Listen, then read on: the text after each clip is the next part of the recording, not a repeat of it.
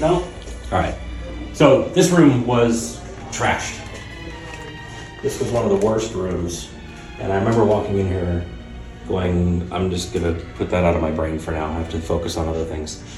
One of the problems is when they put the new roof in, they came in with spikes to break up the old roof material. And a lot of times they'd come through and pierce into this. So there was like stab wounds of like broken wood and, you know, shattered mirrors, and whole panels were like falling in.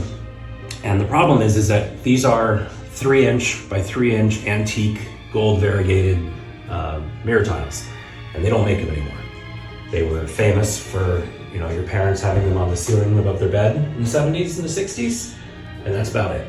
So we're trying to figure out other steps that we can do to replace the mirrors in here, and couldn't come up with anything. And finally, 9 months later, Kern sends me an email or a link to eBay, and it's 5 boxes of 12 by 12, 1/8" thick, gold variegated mirror tiles in the original 1960s box that says, like, you know, telling you all the tips on where to put them, and like, you know, adorn your den, in your bedroom, you know, all these things. And they were in Palmdale, and they were pickup only.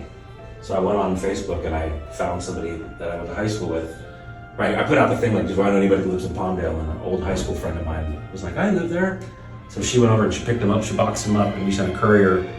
And then the courier brought them all the way across the country. And we had a guy in here for 3 days cutting them into tiles. And we had so many that we were able to repair everything that needed to be repaired.